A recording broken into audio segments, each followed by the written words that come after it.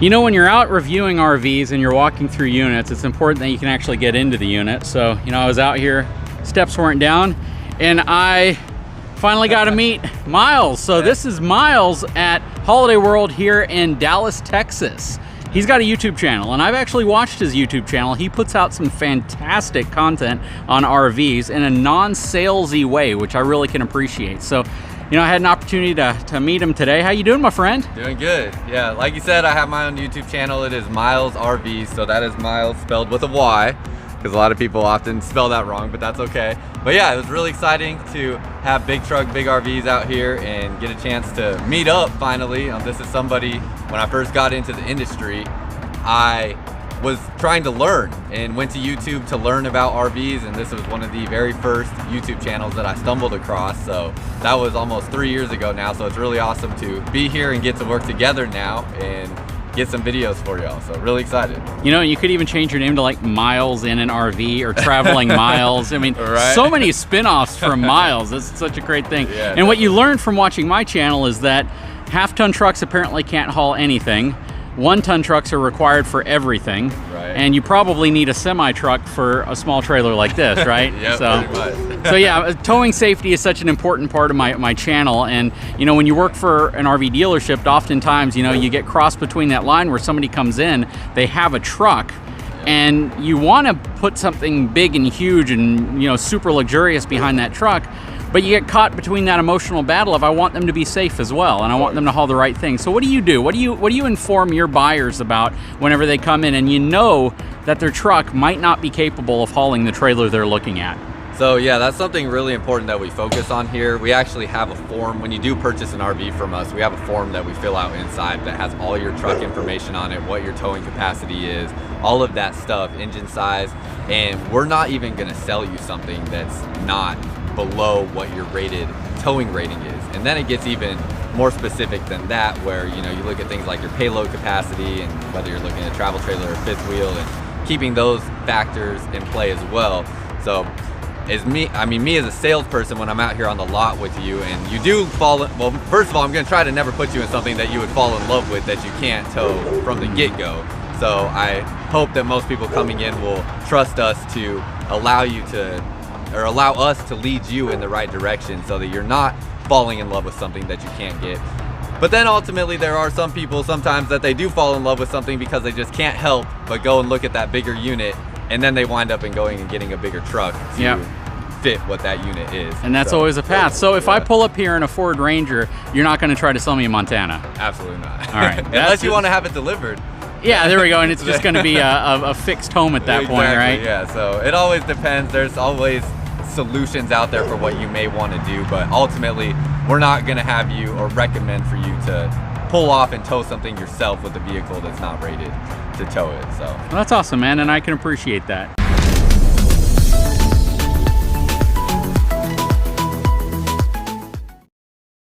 So today, you know, I spotted out this beauty, and pardon the sun, it's like right behind our back, so we got these weird shadows going on right now. But what you're looking at is a Keystone product. It's a Springdale Mini. And you guys know I love looking at these tiny trailers. I know my channel's Big Truck, Big RV, but oftentimes the ones people fall in love with are the smallest unit they can get with everything they're looking for. And this is the 1750 RD. So let's talk about this unit a little bit. Well, before I get started with that, let's look at the numbers. All right, so the gross vehicle weight rating on this is 4,400 pounds. Dry weight is 3,400 pounds. It has a cargo capacity of 980 pounds. Rides on 14-inch D-rated tires and 14 by 5.5-inch wheels. So in my opinion, you know, this is gonna be kind of a cheater one because you can haul this with just about everything that is designed to haul trailers. And what I mean by that is even some of your smaller mid-size pickup trucks, Canyon, Colorado, Toyota Tacoma, Nissan Frontier, all of those will typically have up to about a 6,000 pound maximum tow capacity and a payload capacity of about 1,200 pounds. This is going to be certainly within the realm of what a lot of those could tow, but the one number you want to look at here is this one right here, that 980 pound cargo capacity. You don't want to overload a trailer like this. At 4,400 pound GVWR, a trailer like this is only going to transfer about 440 pounds dry to the back of your vehicle, but then more than that once you fill the propane can, once you throw your batteries on board. So again, you could get away with most mid-size pickup trucks, most mid-size full-size SUVs, easily half-ton towable. There's no half-ton on the market that probably couldn't tow this. But you still want to be careful with how much you're loading the trailer up. What would you think? What's your take on this? Yeah, so I love these actually because I own a Tacoma. So I'm one of those people with, I do not have the big truck or the big RV. I get the little truck and the little RV. So that's me. And so I am, I look through the lens of somebody that has the truck like what I have and what you can comfortably tow in something like what I have, whether you're towing here in Texas on flat ground or you're going up to Colorado or through Arkansas where you might have more terrain and more elevation, things like that. And these are the type of trailers that if I get something for myself besides what my family already has, being my dad has a big fifth wheel, big 40-foot fifth wheel, but if I ever get a trailer for myself, this is kind of the realm currently with what my truck is where I'll be living at. So yeah, something in one of these, mini size trailers that would be, I guess they have a lot of different floor plans that are comfortable for whatever your situation is. This one's going to be a great couples floor plan here, but they also have bunk floor plans and floor plans with slide outs that'll all be capable of being towed with something even like my Tacoma or a Ranger or a Colorado, things like that, or SUVs as well. Yep. So let's kind of work our way through the inside, then we'll come back out and take a look at anything on the outside we want to stop and look at. Again, this is the 1750 RD. Now, curious. So, one thing that's really cool as we come in here, all of the Keystone products for 2022 are coming standard with a solar panel on the roof. But even this Springdale Mini, which is their most entry-level travel trailer, you have a 200-watt solar panel on the roof. So there's no battery hooked up to the RV right now, but we can still turn the lights on because of the solar panel that is on the roof. And what I've seen though is that a lot of manufacturers are now throwing solar panels on for a couple reasons. One, you really no longer have to worry about your battery being dead when your RV's in storage. It keeps it charged. Yep. You generally have enough strength to keep a small refrigerator running so you can have some cold items whenever you get to where you're going. You don't have to wait for it to cool down as well, which is also nice. But just the fact that you can throw your lights on and everything without a battery being on board is very helpful because, again, if you keep this in storage, maybe you take your battery off for theft prevention or whatever it might be, you can get in, move around it, turn your lights on, and still be able to kind of enjoy it, right? Exactly. Yeah, so that's a pretty cool thing I always like to point out right away when we come in here. And then the thing that is most desired about this floor plan is this big window back here. All the windows. Yeah. I mean, this is Airstream quality light coming in, right? Exactly. That's the challenge you run into. You look at this, first of all, very Airstream-ish in nature. And I'm not comparing this to an Airstream in terms of overall build or any of that stuff because Airstreams are over $100 grand.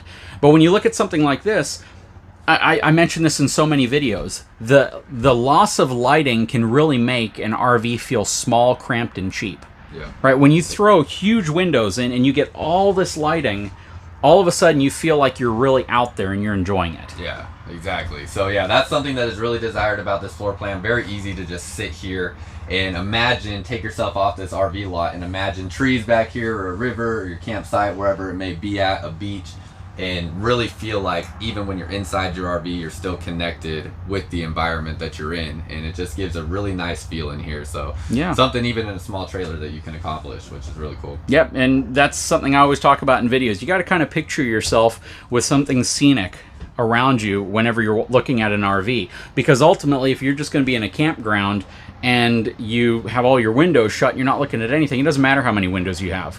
But when you get out there, one of the things you want to be able to do is, whether you're outside or inside of your RV, you want to be able to enjoy nature. You want to be able to enjoy that area that you're paying for to be at. So, finding big windows in an RV is such a refreshing thing for me, especially in these more compact RVs. For sure. Yeah, so then with this one, obviously this is going to be a table here, so this will come up and you'll have the U-shaped dinette. And then these back cushions and side cushions here can fill this in to make it a bed as well. And what I like to point out about this is, like, I can lay down here. I'm about 6'1", 6'2". And if I lay down here, it's going to be about a 6-foot long bed. Yeah. So even an adult-sized person can sleep in these. I know with my family, like my brother-in-law and sister, they come with us a lot as well. And I've seen them sleep in dinettes like this before together, like two people, two adults, fitting on a dinette like this. So extra sleeping space you can get too if you need it for somebody. And then obviously you have the U-shaped dinette for a lot of seating as well when you're just hanging out and stuff during the day. Really like the rear end of this RV. This really stands out. And then we have a spot for TV, entertainment center. It looks like you probably have a backer right here with all your controls up top. Gonna have some storage space down here. Fuses and breakers down below. Nice convenient place to get to them. And when I say nice convenient place, oftentimes if you're working on stuff down here, you're squatted down on the floor, and you wouldn't believe how many times you have a wall like right here, and you're trying to cram yourself up against it to work on it. So heaven forbid you do have to get into your fuse or breaker box, you have a lot of room to work on it. Yep. 2-burner Suburban cooktop right here. You got plenty of drawers down here. This is all their new 2022 colorway. So last year was a whole lot of grays in here. I mean, it was like gray tone everything. And this year, Springdale, they went to this black with the gold handles on everything. And then you also have the tan wood finishes to kind of contrast that in here as well. Yep, and it's kind of a pewter look too. So it's not like this gaudy gold. It's just kind of a hint of gold, which looks really nice. Yep. Nice solid surface countertop. Then you have a plastic basin sink. More storage above. You got a nice blank wall here. It'd be a nice area to put a picture or a clock. Stepping back, you have this really cool Boss Audio sound tube here. It looks like it's Bluetooth, so kind of clips to the bottom of the cabinet or the underside here, and you can play your jams. That's actually a really big speaker. It's a lot bigger than you might normally think. Electric awning, your light system's right here. You got a really good sized fire extinguisher for such a small camper. Right. Typically you get the real small ones. That's a good size one. Yep. We'll swing this way real quick, take a look at the bed. Looks like a queen size bed. Got some storage here on the end. You got your power outlets and some USB jacks down there as well. Nice wardrobe over here, some storage up top. What I also like about this unit is the fact that there are no slides and you still get what feels to be a real comfortable space. Yeah, you can see, I mean, the walkway you have through here is plenty of room. It doesn't ever feel like you're super crammed in here at any point. So, and then you walk back here where this wall moves, and I mean, you have a ton of space back here without a slide out. So very easy. This is just gonna allow you to get out and go camping and do what you want to do real quickly and not have too much to worry about. Yep. Looks like you have your Dometic. Is this a 12 volt or a gas electric? This here is going to be a gas electric. There you go. I'll open up like that. There. You got your freezer up top here. Very nice. And it's a reasonable size refrigerator. Stepping into the bathroom. So, oh, well, there's your microwave. Oh, there it is. All right. There we So go. yes, that's where the microwave does go. I was pretty certain. I was like, I feel like I've always seen a microwave in here, so I was a little confused. This one I think just came in, so that's probably why it's in there. And they can probably put it in the bathroom if you want to cook a bagel while you're on the potty. There you go.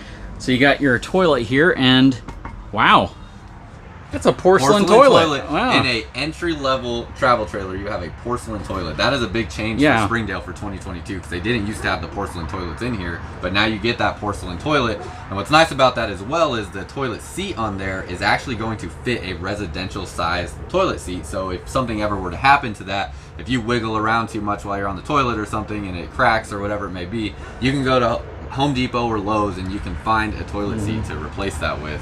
Into the restroom we go. Good size shower. It's actually a better size shower than I would have thought. So a lot of space in the shower. You got your little plastic sink in here. You could always upgrade some of this, specifically the faucet features. And then you have a nice medicine cabinet up top. Good size medicine cabinet. Power outlet right here. And you have a lot of space next to the sink. Something else that's typically lacking. This is a very well equipped little travel trailer. You know, you get quite a bit. And with an MSRP of $23,000. That's the MSRP? That's the MSRP, yep. $23,253. Wow, that's actually lower than I thought it would be. I thought it would probably be closer to $30,000. You have any idea what you typically sell these for? So it's probably going to be somewhere right under 20,000 or so. Okay. Yeah. So you can get one of these for roughly under 20 grand. Yeah. Very cool. Yeah. All right, let's step outside. All right, so we're going to work our way from the front to the back. So we have a single 20-pound propane can up front. You have a spot for 2 batteries, which is really nice. Typically you get 1, so you can put 2 batteries here. You have a manual tongue jack, but you can easily upgrade to a power tongue jack if you want. I do kind of like the manual tongue jacks, though. I don't mind them so much. I know they can be a little tedious, but I do like that it gives you the ability to crank it as really fast as you want. Sometimes it's faster than the electric. That's true, as well. And you don't need power to run the thing. Exactly. So yeah, there are some nice features to that, but you can always upgrade it to the electric one too if you want to. Absolutely. All right, working our way back. You have your solar attachment here, which I don't really think you would need so much since you throw a panel on top. And you said it's a 200 watt panel on top? Yeah, the 200 watt panel up top, and in the pass-through storage compartment on the other side, you have the solar charge controller. So when we get to the other side, we'll be able to look at that as well. But those are going to be working together to, one, maintain the charge on your battery, and then the solar charge controller, it's a Victron energy charge controller, and it is going to give you an app that it comes with as well that gives you a lot of valuable information, like how much power is being drawn from your solar panel, the amount of life left on your battery, things like that. And so that is going to be working on keeping your batteries charged so that everything in the RV that runs off your battery will be usable without you having to worry about being hooked up somewhere to keep it charged. Very cool. Had a good size pass-through as well. Got a 110 outlet out here. This is going to be the back vents for your gas electric refrigerator outside of your furnace. This is going to have leaf sprung suspension. Would have been cool to see torsion, but you know, in this price range, can't really expect that. You got a little storage compartment right here, all framed off nice and well. These are the legs for your dinette that will go inside. Scissor jacks all the way around to stabilize the unit. And this is one of those units that you really don't want frameless windows, so it's good that they have these. You can open these up, and because there's so many windows, you get great cross ventilation coming through. These look like they're incandescent lights, but they could be LED. I think they're incandescent though. Yep, looks like incandescent lights all the way around. It's an easy, affordable upgrade, especially if it brings the price down for you. There's nothing really wrong with incandescent lights other than they draw more power, but you got solar on here. Oh, this is a good size storage in here. Yeah, you can fit some lawn chairs, folding tables, things like that in here. Man, I need to bring Miles back more. I don't have to do everything with one hand. Right. You got your water, fresh water connection, city water connection outside of your water heater. And in here is more storage. And I don't see the solar charge controller. Solar charge controller, it's not. It might it's on the other side. Oh, yeah. I messed up. It's on the other side over there. So in that front corner right up there. Yeah. Very cool. Usually they're on this side on most of the units, so I was just thinking that it would be over here. So leave a comment below. Let me know what you think of this really cool, compact Springdale Mini from Keystone. I really like it. And I'm not opposed to stick and tin, which is this corrugated sidewall aluminum over a wood frame, mainly because you save some money. They are easy to repair if you damage them. That's probably the biggest single one. You can repair this for a tenth of the price as it costs to repair something like this, just because of, you know, this is a laminated fiberglass wall. This is essentially aluminum siding on wood, right? Yep. You break this, it's a lot easier to fix, especially if you're in a bind. Anyways, Miles, I really appreciate you for coming on the channel. We'll see if we can view a couple other of these together. Yeah, appreciate you. It's definitely been fun. Yeah, absolutely. All right, now that the forklift's gone by. But yeah, so guys, if you haven't had a chance, please take a moment, subscribe to his channel. Miles RV? Yeah, Miles RVs. So M-Y-L-E-S and then just RVS. You can find me on YouTube, and then go check that out as well. Thanks guys. If you haven't had a chance, please subscribe to my channel and give me a thumbs up, and we'll talk to you again very soon.